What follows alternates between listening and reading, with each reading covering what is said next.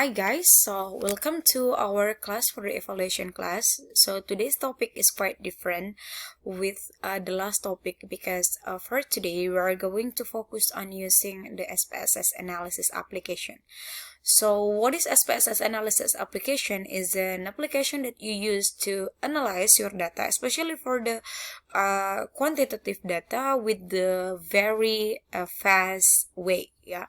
Jadi SPSS analysis itu adalah sebuah aplikasi yang digunakan untuk menganalisis data secara komputerisasi. Jadi kalian sudah tidak perlu lagi menghitung data-data kalian kalau misalkan penelitian itu secara manual. And today's topic is talking or focus on how to do the normality test. Jadi bagaimana cara menguji normality test atau melakukan normality test dengan menggunakan SPSS analysis. So before that, what is the normality test? So normality test is a test that you use to know whether your data later, which is going to be analyzed, ya, is distributed normally or not ya. Jadi normality test itu adalah sebuah uji normalitas untuk mengetahui apakah data yang kalian akan olah atau kalian akan analisis itu terdistribusi dengan normal. Ya, kenapa harus terdistribusi dengan normal? Karena itu merupakan salah satu syarat untuk melakukan uji perbedaan atau uji T. Nah, misalkan kalau kalian melakukan sebuah penelitian eksperimental di mana desainnya kalian kasih pretest, kemudian memberikan treatment, kemudian memberikan post-test, dan tujuannya untuk mengetahui apakah ada perbedaan skor antara pretest dengan post-test, itu dilakukan uji T dulu. Ya, jadi dilakukan uji T untuk mengetahui apakah ada perbedaan.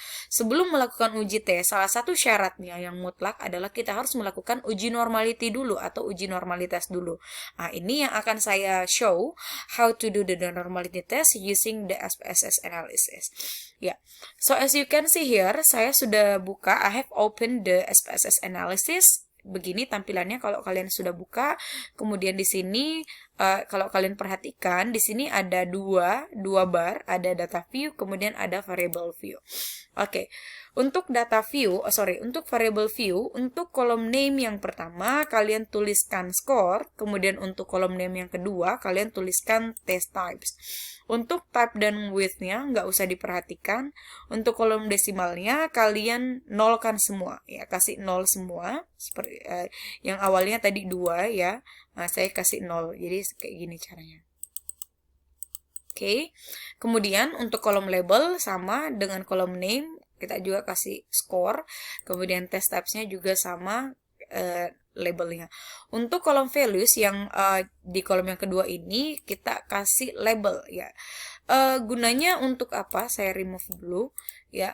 Gunanya untuk apa?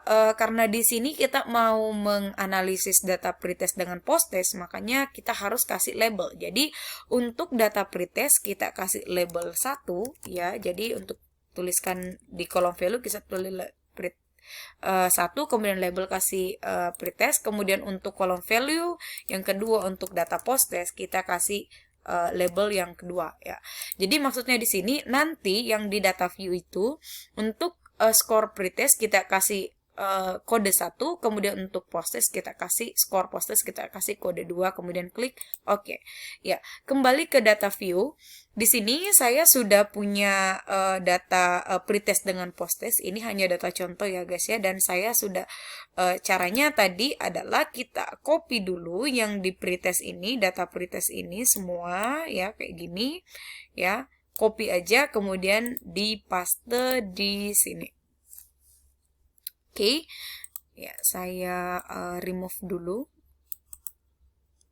saya clear dulu datanya ya. Misalkan di sini kita copy yang jadi data pretestnya kita copy, kemudian masukkan di sini, ya. Oke, kita paste di sini, ya. Kemudian untuk test types-nya, karena tadi ini adalah data pretest, maka kita kasih 1 sesuai dengan labelnya yang tadi. Oke, kemudian untuk data post-test sama kita copy juga. Oke, kemudian masukkan di aplikasinya, kemudian kita paste. Oke, kita kasih karena post-test tadi labelnya adalah 2, maka kita kasih 2, 2, 2, 2, 2, 2, 2, semua. Ya, setelah itu, kalian klik Analyze, kemudian klik Descriptive Statistik, kemudian klik Explore. Ya, untuk skor ini masukkan ke kolom dependent list, kemudian test types-nya masukkan di vector list. Kemudian klik plots, kemudian klik ya centang normality plots with test, kemudian klik continue. Jangan lupa displaynya both ya. Kemudian klik OK. Hasilnya kalian bisa lihat sendiri ya. Hasilnya seperti ini tampilannya. Tapi yang perlu kalian ketahui ini, ya, yang perlu kalian lihat adalah yang normality testnya. Wait. Oke. Ya. Seperti kalau if you have read the explanation on the website that I have uploaded before, normality test itu sebenarnya terdiri dari 2. Ya, jadi ada namanya uji Kolmogorov-Smirnov, kemudian ada namanya Shapiro-Wilk ya. Untuk uji Kolmogorov-Smirnov ini digunakan untuk menguji data yang jumlahnya itu 20 ya. Jadi 20 atau di bawah 20. Sedangkan untuk data yang lebih besar kita menggunakan Shapiro-Wilk ya. Di sini kalau kalian perhatikan bagaimana cara mengetahui apakah datanya terdistribusi normal atau tidak?